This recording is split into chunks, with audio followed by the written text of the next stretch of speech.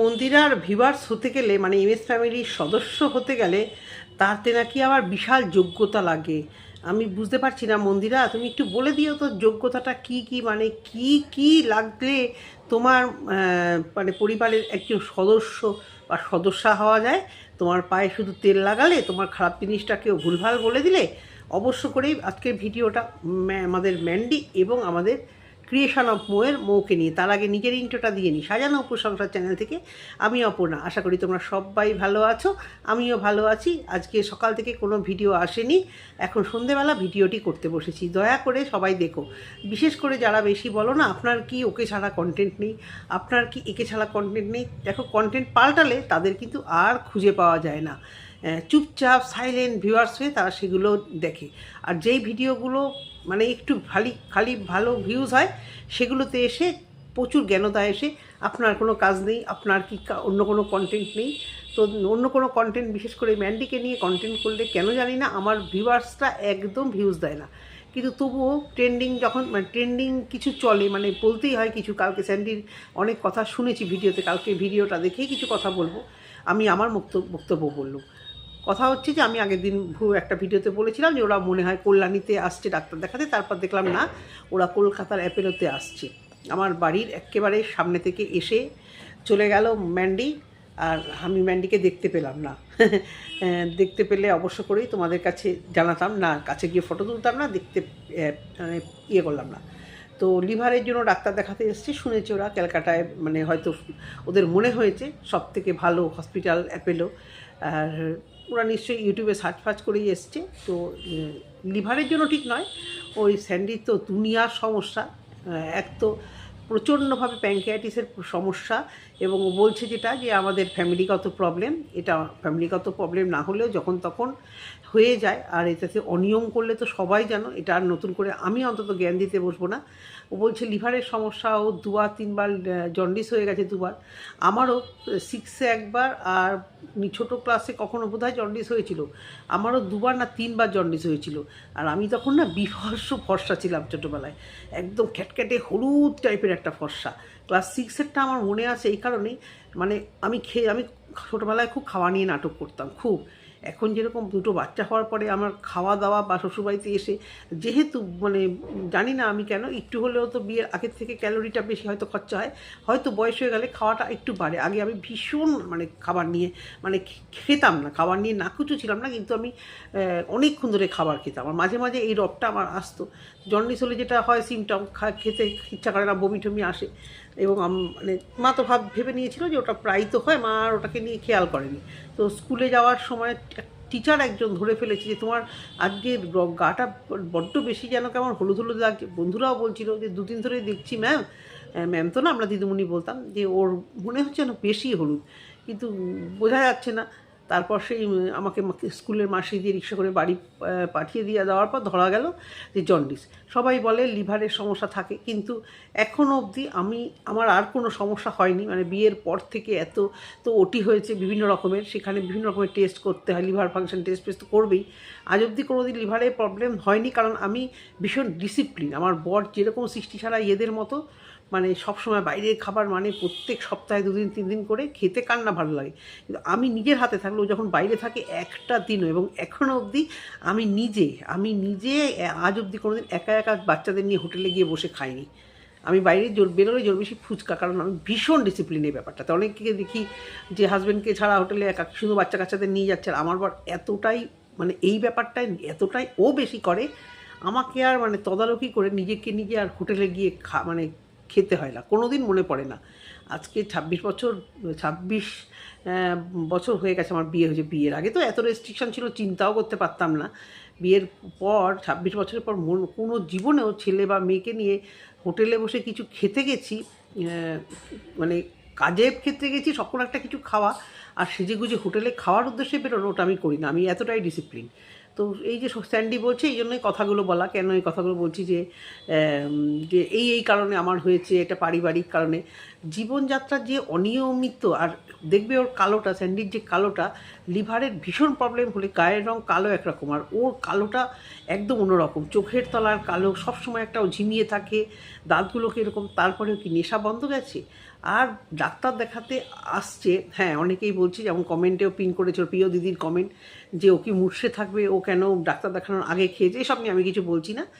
খাওয়া নিয়ে ও করবেও এটা, কারণ ও নিজেকে এত বেশি ভালোবাসে, যতই সবাই বলুক ও স্যান্ডিকে প্রচণ্ড ভালোবাসে। ওকে আমি দেখেছি ও নিজেকে নিয়ে চিন্তা, নিজেকে নিয়ে ভাবনা, একদিকে ভালো। আমি যেহেতু পারি না ওটা করতে, সত্যিই পারি না। আমাদের মতো, আমার মতো অনেক হাউসওয়াইফরাই নিশ্চয়ই এইটা পারেও না, যে সব প্রচণ্ডভাবে নিজেকে নিয়ে চিন্তা, নিজের জন্য কিছু আগে থেকে রান্না করা, যে যাই আগে ছেলেমেয়ে বা বর অনেক বকা দেয়, কিন্তু পারি না। আগে রান্নাঘরে গেলে নিজে কী খেতে ভালোবাসি ওটা নিয়ে চিন্তা করা এখনও অবধি পারি না। তোমরা হয়তো ভাবছো আমাকে দেখতে হয়তো বা আমার চিন্তাধারা হয়তো মডার্ন, কিন্তু এই একটা কিছু জায়গায় মেন্টালিটি কিন্তু সেই মাদের মতোই হয়ে আছে। তো ওকে দেখেছি আমি এটা খেতে ভালোবাসি, ওটা খেতে ভালোবাসি, স্যান্ডিকে জোর করে করে আসতে হয়, খাও না খাও না। আমরা যেরকম আমাদের বড়দের বারণ করব, তোমার এটা প্রবলেম ওটা প্রবলেম, এটা খেও না ওটা খেও না, ওকে আমি দেখেছি আরও জোর করে। কারণ স্যান্ডির খুব ম্যানিয়া, মানে এত বেশি ম্যানুয়া, ওষুধ ফসুক নিয়ে দুজনে পুরো মানে মানে আকাশ আর পাতালের তফাৎ। একজন সবসময় ম্যানিয়া একটা টেনশন করে, আর আরেকজন সব সময় কুল। কুল অ্যাকচুয়ালি না, এটাকে কুল বলা যায় না, এটাকে বলা নেগলিজেন্সি। আমার কমেন্ট বক্সে উত্তর দিয়েছে যে আমার স্বামীকে, তোমরা একজনকে উত্তর দিয়েছে দেখলাম, তোমরা কি বেশি ভালোবাসো? শোনো ম্যান্ডি, তুমি স্বামীকে ভালোবাসো কি না বাসো অন্তত ওয়াইটিতে, হ্যাঁ, আর তোমাকে সেটা প্রমাণ দিতে হবে না। ওয়াইটিতে তুমি যে তোমার ভালোবাসার নিশান দেখিয়েছো, এই যে যে এসব বলেছো কমেন্ট বক্সে, কিন্তু আবার সেই তোমার পুরো হুল ফোটানোর কথা এসছে। যখনই স্যান্ডির কিছু হয়, যখনই তোমার পরিবারে কিছু হয়, আগে কিন্তু তোমার স্বেচ্ছাচারিতা, তোমার চরিত্রের উপর কালি পড়ে। সুতরাং ভিউয়ারদের উত্তরটা একটু বুঝে শুনে দিলে আমার মনে হয় ভালো হয়। তো রানাঘাট থেকে আমাদের কথা বলছি, আমরাও ভীষণ ওই সেলফ মানে আর কি, ওই ড্রাইভিং বা নিজেদের গাড়িতে, মানে পাবলিক ভেহিকেলে যাওয়ার থেকে আমরা, যাদের এটা অভ্যেস হয়ে যায় না, তারা ভীষণ এই নিজেদের গাড়ি ঘোড়াতে চড়ে যেতে ভালো লাগে। যাদের এটা না থাকে তারা এই এই জিনিসটা বুঝবেই না, হ্যাঁ, যে নিজেদের গাড়িতে যাওয়া সে যেখানেই যাক। কিন্তু স্যান্ডি তো অসুস্থ, একটা ডাক্তার রিপোর্ট টেস্ট করতে দিয়েছে, ওর ভিতরে ও যতই বলো কিছু বুঝতে পারছে না। ওকে দেখে বাইরের লোকেরা তো বুঝতে পারছে একটা প্রবলেম হচ্ছে, বা একটা সুগারের পেশেন্ট এমনি ঝিমায়, সেখানে ডাক্তার দেখাতে এসছে, সেটা নিজের কে না, যে ড্রাইভার তার ডাক্তার দেখাতে এসছে। সে কী করলো, ওখান থেকে রানাঘাট, আমি মানে ট্রেনে চড়া যেরকম আমাদের ঘরে সবার ট্রেনটা একটা মানে অ্যালার্জি, গায়ে কাটা দিয়ে ওঠে। সুন্দর ফাঁকা বাস, সুন্দর বসে গেলাম, তবুও প্রায় মানে বাস বলো, অটো বলো, ইয়ে বলো, গাড়ি বলো, তো খুবই ঠিক আছে। কিন্তু ট্রেনটা আমাদের ঘরের সবার, মানে আমার ছেলেমেয়েরা যে কত বছরে এই মানে তোমার এই লোকাল ট্রেনগুলো চড়ে না, মানে সে কোনো হিসেব নেই। এই খড়দার বাড়িটা কেনার পরে যেহেতু ওটা স্টেশন থেকে নেমে খুব ইজিলি যাওয়া যায়, ওটা যেন আমাদের কাছে একটা বেড়ানোর মজা, যে চলো ট্রেনে যাই। দু একবার গিয়ে মানে সব মুখ থুবড়ে পড়ে এখন মানে ট্রেনটা দেখলে ওদের গায়ে কাটা দেয়। এটা আমারও হয়, ট্রেনের ভিড়, স্টেশন, তার থেকে বাস অনেক কমফোর্টেবল। কিন্তু ট্রেনের জার্নিটা স্মুথ। যেমন দুদিন আগে আমরা মায়াপুরে, আমরা এক্সপেরিমেন্ট পারপাসে, চলো গাড়ি নিতে হবে না, চলো আজকে ট্রেনে করে হুড় করে দেবে, তখন কলকাতা থেকে দেখলাম রানাঘাটটা বেশ অনেকটা, মানে গাড়ি ট্রেনে করেই দেখলাম বেশ অনেকটা। তো সেখান থেকে অনেকটা মানে অনেকটাই, ওকে দেখলাম ও ডাক্তার দেখাতে এসছে, কি সুন্দরভাবে, কোনো চিন্তা নেই ভাবনা নেই। আরে তুই তো তোর বরকে বলবি, অনেকেই বলছে গাড়িতে করে কেন আসলে না, না ওদের তো অত পয়সা করি নেই, ওদের অন্য দিক থেকে পয়সা খরচা করার আছে, এই ব্যাপারটাতে নেই। আর ওরা যেহেতু রিপোর্ট দেখাতে এসছে, আরও কতবার আসতে হবে, একটা হিউজ অ্যামাউন্ট হয়তো গাড়িতে লাগবে। আর গাড়িতে তো ও আবার বমি করে, রাস্তায় যদি বমি করে তাহলে তো আবার স্যান্ডির ওকে নিয়ে সমস্যা। ও শুধু বাইকে বমি করে না, আর মানে ওর সবাই বলে না ওর কোনো টেনশন নেই, সবসময় কুল, হ্যাঁ হ্যাঁ ওর টেনশান আছে। ওর টেনশান সব সময় রিলসটা কী করে ঠিকঠাক হবে, সেজে গুজে, আমি রিলসটা ঠিক হলো তো, রিলসটা আসলো তো, এই খাবারটা আমি ভিডিওতে দেখিয়েছি তো, মানে এই ব্যাপারটাতে ও একটা মানে চরম নেশায় পড়ে গেছে। হ্যাঁ রোজগার হোক আর যাই হোক, কিন্তু এই যে একটা মানে বাহ্যিক দিখানদারি দেখাতে হবে, এই লাখ লাখ ভিউয়ার্সকে আমাকে দেখাতে হবে, এই যে একটা নেশায় পড়ে গেছে না, ও সেই জায়গা থেকে ওর টেনশানটা শুধু রিলস, আর মানে ওকে ভালো লাগছে কি না, ও সাজলো কি না। না না, আমি কলকাতায় সেজে গুজে এসছি, এই ব্যাপারটাকে আমি কখনো কিছু খারাপ বলবো না। বেরিয়েছে একটা রাস্তায় একটা সুন্দর সেজেগুজে, ও আমিও যাই, হসপিটাল নার্সিংহোমে গেলেও আমার যতই যা হোক টিপটপ সেজেগুজে যাওয়াটাই পছন্দ করি, যারা বাইরে বেরোলে পছন্দ করে, সেক্ষেত্রে আমার কোনো নেই। কিন্তু বাইকে আসাটা অবশ্যই করে অবজেকশন আছে।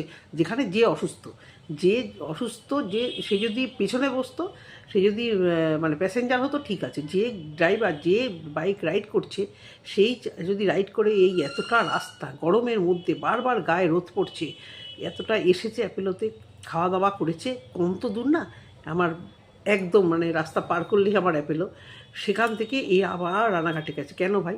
চুপচাপ আসতো, উল্টোডাঙ্গা স্টেশনে নামতো, নেমে ওখান থেকে ওখান থেকে ট্যাক্সি নিয়ে নিত, ওখান থেকে ট্যাক্সিগুলো নিয়ে নিত, না হোক দুনিয়ার ফাঁকা বাস। ওরা যে সকালবেলা এসছে, অফিস টাইমের ভিড় ওই সময়টা থাকে অবশ্য করেই, বাইপাসের বাসগুলো 101টা রাস্তা আছে যাওয়ার, জানবে নিশ্চয়ই। বা অটোতে করে ওরা সল্টলেকের মুখে আসতো, সল্টলেক থেকে আবার অটো করে আসতো। তার থেকেও ভালো ছিল ওরা যদি শিয়ালদায় আসতো, শিয়ালদা থেকে ওরা মেট্রো করে নিত, একদম অ্যাপেলোর সামনে গিয়ে রাখতো। একদম মানে ওরা যদি মানে স্মুথ জার্নি করতো, শিয়ালদাতে নেমে শিয়ালদার থেকে মেট্রো একদম তোমাকে ওই ইয়েতে তোমার অ্যাপেলোর সামনে এসে নামিয়ে দিত। তারপরে যা ভালোভাবে ডাক্তার দেখাতো না, ওই যে বাইক, যাই হোক যা করেছে করেছে। এবার ডাক্তার দেখিয়েছে, কি চিন্তা করবে না করবে অবশ্য করেই বলবে। চুল নিয়ে নাটকে অনেকের অবজেকশান আছে, ও তো সবটাতেই বাড়াবাড়ি। এই খাবার দিয়েছে মাগো, ডিম দিয়েছে মাগো, 2টো করে ডিম দিয়েছে, এটা দিয়েছে মাগো মাগো করে একদম মানে পাগল হয়ে গেল, যেন কি মানে জীবনেও দেখেনি ওই ডিম আর ওই সোয়াবিন দেখে তো, সোয়াবিন ও বাবা, মানে জীবনেও সোয়াবিন দেখেনি। এটাও করবে আর এটা এটা করবে। ওরা ভিউয়ারটা দেখতে ভালোবাসে আর ও চায় ওকে নিয়ে আলোচনা হোক। মানে কী বলতো, মানে নেগলিজেন্সি অবশ্যই আছে, স্বামীর প্রতি নেগলিজেন্সি অবশ্যই আছে, স্বামীরও আছে, কখনো কচুরি কখনো এই দেখো, জ্ঞান আমরা সবাই দিই, আমরা সবাই অসুস্থ, আবার বুঝে আবার না বোঝার ভান করি। এখন যেটা করতে হবে, লোকেদের কথায় লোকেদের নেগেটিভ কমেন্টের এই যে রিপ্লাই, অভিশাপ এসব না বলে কী করলে ঠিক হবে এবং আজ জন্ম কী করে ও ঠিক থাকবে। যদি ওকে ভালো রাখতেই চাও, ও এখন তোমাদের ঘরে প্রত্যেক দিন লাইট খাবার সবাই মিলে খেতে খেতে অভ্যেস হয়ে যায়। যেরকমভাবে ডাক্তাররা বলবে এরকম চলবে। আমি স্বামীকে লাইট দিলাম, আমি ওর পাশে বসে বসে মাটন খেলাম, কি হয়েছে? খেলে তো এত বছর তো খেলে, একটু লোক সামলানো যায় না? মাটন ফাটন যদি ত্যাগ করতে বলে ডাক্তার, করতে হবে বাচ্চার জন্য। আগে তো বেঁচে থাকতে হবে ওইটুকু বাচ্চার জন্য। এবার ওইটুকু যদি বোধ বুদ্ধি না থাকে তোমাদের, তোমরা যদি সেখানে উচ্ছৃঙ্খল করো, তোমাদের লাইফ, তোমাদের সংসার আর তোমাদের সব কিছু। এবারে আসি অবশ্য করে মৌ কল্লোলকে নিয়ে। মৌ কল্লোল পড়েছে মহা ফ্যাসাদে।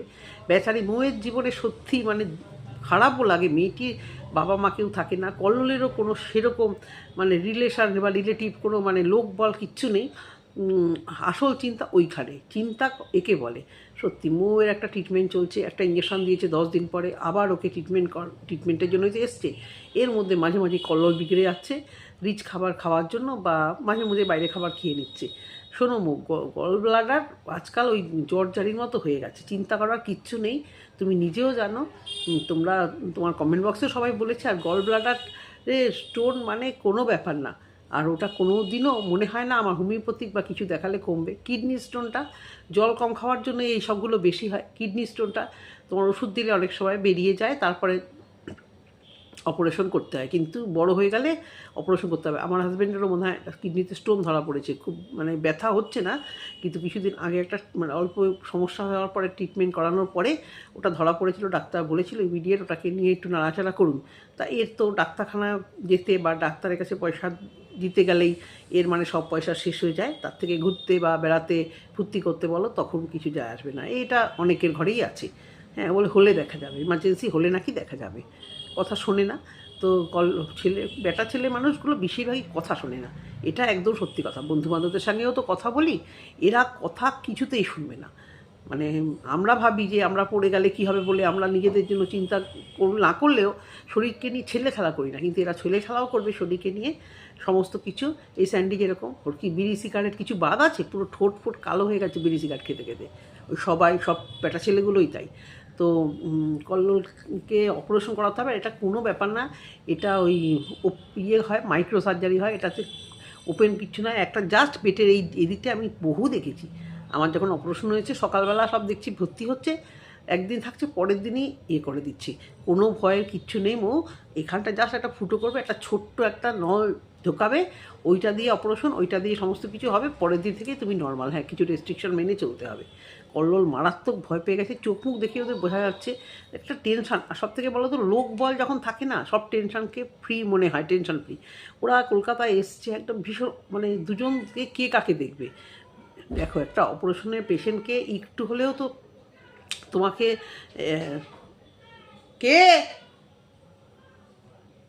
আসছি একটু হলেও তো তোমাকে একটু ট্রিটমেন্ট মানে খেয়াল রাখতে হবে। অপারেশনের পেশেন্টকে কি একটুখানি প্রবলেম হলেও তাকে খেয়াল রাখতেই হবে, মানে একটুখানি টেক কেয়ার করতে হবে। এদিকে বউয়েরও শরীর খারাপ, ওরও 10 দিন পরে একটা আবার টেস্ট আছে, কে কাকে দেখে। সত্যি খুব খারাপ দিনের মধ্যে থেকে করা যাচ্ছে। শাশুড়ি মাকে দিয়ে তো কিছু এক্সপেরিমেন্ট করাই যায় না, কিছু এক্সপেক্ট করা যায় না, কারণ উনি কথাই বলতে পারে না, অন্যরাও বয়স হয়েছে। মানে মৌদের অবস্থা সত্যিই খুব খারাপ। মন্দিরা কেন কুল থাকবে না? মন্দিরাকে কোনোদিন এত ফালতু ধকলের মধ্যে পড়তে হয়নি। পড়তে হলে ওর মানে ও বেপরোয়া, আর কিছু যায় আসে না। আর বাড়ি ভর্তি লোকজন, আর মৌ এখানে একদম একা। হ্যাঁ, ওর কিছু ভালোবাসার ভিউয়ার্স দেখেছি ভীষণভাবে কলকাতায় আসলে ওকে হেল্প করে। যতই হোক তারা ভিউয়ার্স, তারা অন্য লোক, ঘরের মধ্যে তো কেউ নেই, বাড়ির মধ্যে তো কেউ নেই। সেটা থাকাটা ও যেটা বললো যে সেটা যতটা হেল্পফুল, যতই ভিউয়ার্সরা পরিবারের লোক হোক বুদ্ধি দেবে, ভালো লাগবে, কিন্তু এই দৌড়দৌড়ি করাটা মৌয়ের জন্য বাড়িতে, তাও না হয় দৌড়দৌড়ি করার জন্য ওর সেই ভিউয়ার্সগুলো আছে, কিন্তু তারা তো দিনের শেষে ওদের বাড়িতে থাকছে না। না, ওদের বাড়িতে থেকে যে দেখাশুনো করাটা অপারেশন হওয়ার পরেও সেটা তো করতে হবে। তবে ভয়ের কিচ্ছু নেই। হ্যাঁ, ব্যবসাটা একটু হিকেল হবে, পয়সার দিক থেকে হয়তো একটু প্রবলেম হবে, কারণ এক্ষুনি ও দৌড়ঝাঁপ করে বাইক নিয়ে মাল নিয়ে আসারে এইগুলো করা হয়তো ওর একটু বন্ধ হবে। তা কী করবে, কপালের নাম গোপাল, যদি হয়ে গেছে অপারেশন করাতে হলে হবে। তবে এত ভয় পাওয়ারও সত্যি কল্লোলে কিছু নেই। চালাক ছেলে, শিক্ষিত ছেলে, ইউটিউব ঘেটে দেখো, সত্যি গল্প। তবে কি অপারেশন তো একটা ছোটো অপারেশন, আমার অ্যাপেন্ডিসাইটিস হয়েছিল, আমার তো 4টি অপারেশন পেটের মধ্যে। ভয় ডর এখন আর কিচ্ছু আর নেই। তো তবুও কি ভয় করে না? তবু অপারেশন যদি হয়, কিছু শুনতে, কারোরটা কিছু শুনলে একটু হলেও, বিশাল যে প্রথম দিকে ভয় লাগে কোনো দিন না হলে, যে প্রথম ভয়টা, হ্যাঁ, যদিও আমার একটু সাহসটা বড্ড বেশি। প্রথমবারও যে আমি বিশাল কিছু ভয় পেয়েছিলাম তা না। আমাকে সেকেন্ড দিনই অ্যাপেন্ডিসাইটিস হয়েছে, তখন আমি 11 পড়ি। ডাক্তার হাঁটতে বলেছে, আমি তখনই নেবে হাঁটাচলা করেছি। ডাক্তার নিজে বলছে, তোকে এত হাঁটতে বলা হয়েছে, তুই কি সেলাই ছিঁড়ে বাড়ি যাবি? তো কল্লোল যেহেতু প্রথমবার ওর একটা এরকম কিছু হবে, ওর তারপরে একটা ছেলে মানুষ তো, মাথার উপর এমনি মৌয়ের চিন্তা, আর কল্লোলের মধ্যে বাবা হওয়ার চিন্তাটা মনে হয় মৌয়ের থেকেও 3 গুণ বেশি। এই যে একটা কষ্টের মধ্যে থেকে ওরা যাচ্ছে, ট্রিটমেন্ট একটা আশা করে আছে, মানে ওরা সব কিছু মিলে মেন্টালি খুব মানে ডিস্টার্ব আছে। তো তার মধ্যে আবার এরকম একটা ঝড় এসে গেল। তো চিন্তা করার কিছু নেই, জো হোগা সো দেখা জায়গা। যার ফ্যামিলিতে হয় তারাই বোঝে, বাইরে থেকে আমরা বলবো। তবুও মনে জোর রাখো, সাহস রাখো। আমরা ভিউয়ার্সরা, ক্রিয়েটাররা তোমাদের ভিডিও দেখছি, তোমাদের পাশে থাকছি, এর বাইরে তো আমাদের কিছু করণীয় নেই। তবে মৌ অনেক সংসারী, অনেক বেশি মানে সিনসিয়ার। যেটা ম্যান্ডি ভীষণ ছ্যাবলা। ম্যান্ডির মধ্যে পার্সোনালিটি আসলে শিক্ষা পেটে একটুও তো নেই, পার্সোনালিটি সেই জিনিস কিছু নেই। সব কিছু নিয়ে হা হা হা হা হা হা রিলস, আর ভিউয়ার্সগুলোও সেরকম পেয়েছে। মানে যা নয় তাই, ওই টিনের ঘরের ওই ন্যাকামো, ওই খুব ভালো, খুব ভালো যা হয় আর কি, যাদের যা ভালো লাগে দেখতে। আর ও দিদি তো আছেই, কোনো ভুলও চোখে পড়ে না, একদম ভিউয়ার্স কাম দিদি। ওই একটা জঘন্য, আগে তো তাকে দালালের দিদি বলা হতো।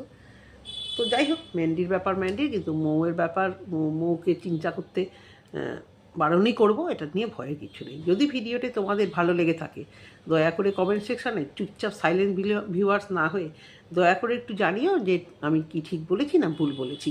দেখা হবে আরেকটি ভিডিওর সঙ্গে। আজকের ভিডিওটা এই অবধি। সবাই ভালো থেকো, সুস্থ থেকো, টাটা।